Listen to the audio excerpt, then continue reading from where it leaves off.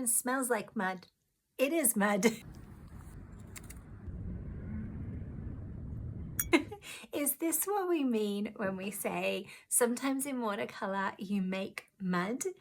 Well, not exactly. Let me show you what making mud looks like and how to avoid it and when you need to use it. This is a paint along demonstration, so let's get all of our paints ready.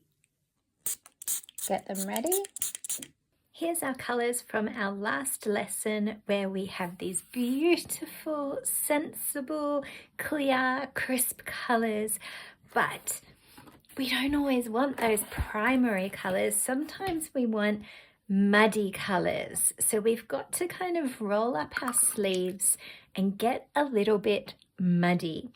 And the way we do that is by using opposite colors. Now, you won't possibly know what the opposite colors are for the moment, but I just want you to have a play around with the colors that you can see. So first of all, let's have a look at our red.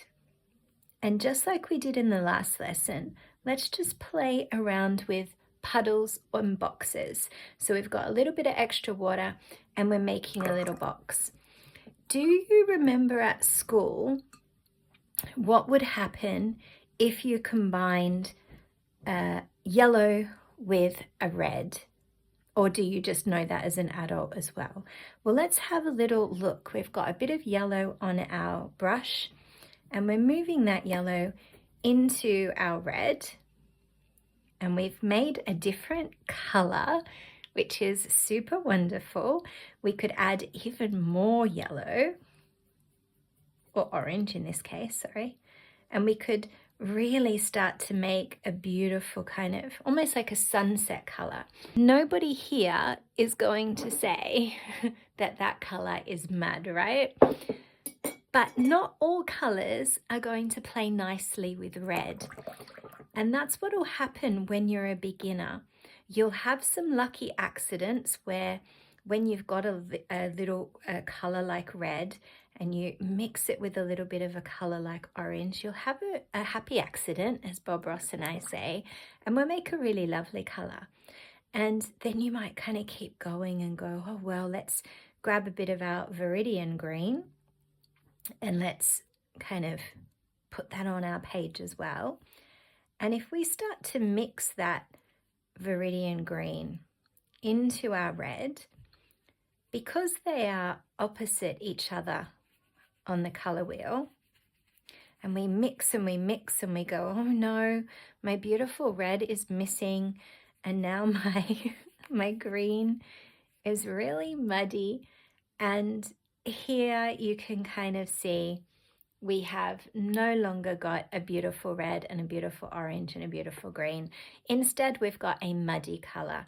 So there are some colors that go together that are really beautiful together and they can mix like best friends. So let's come here and grab some of this light blue, and you can use whatever colors you have. So I've got this light blue, and then I'm going to give my red another go.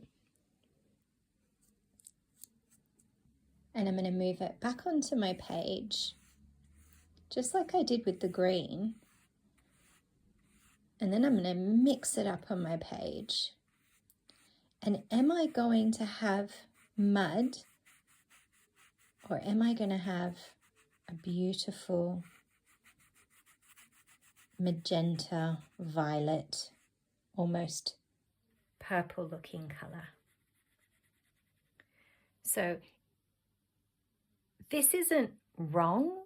This is just what can happen by accident when you're not controlling your colors. And this is well thought out because these are colors that go together. Knowing which colors can touch and stay nice and vibrant and bright, and knowing which colors kind of get cross at each other and can't be next to each other and fight with each other is a skill. And it's something that beginners often don't get introduced to because some teachers look and think, oh, that's going to be too hard. You know, it's going to put people off if I start talking about color theory. If I start talking about colors, they won't be as interested, or they won't be as entertained. But actually, knowing how to make some muddy colors and how to then make cleaner colors from the mud is really our life, isn't it? In that a lot of things that we see when we are out and about, they aren't necessarily bright red or bright blue.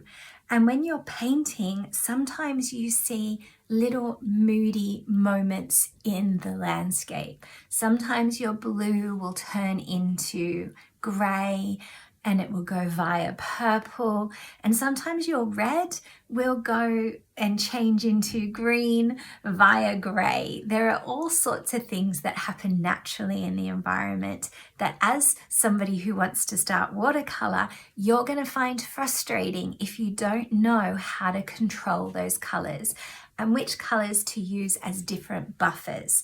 So your little bit of homework at the moment is to get your palette out and have a little play. If you introduce a color to a certain other color, what happens? Do you get a different color? Do you get a third color? Do you get a muddy color? Do you get a bright color? Do you get a gray? And how many different ways can that happen for you? Because once you start understanding that, then the paintings that you make, you're going to be so much more proud of them as well. I have a third thing for you if you're just starting out with watercolor. The third thing I want to talk to you is the nemesis of watercolor, and it starts with P. I'm going to do a part 3, the final part for you. So follow along if you're enjoying this little Get Started series. Part 3 is going to be your absolute nemesis, something to avoid if you want to start watercolor. I'll see you over there.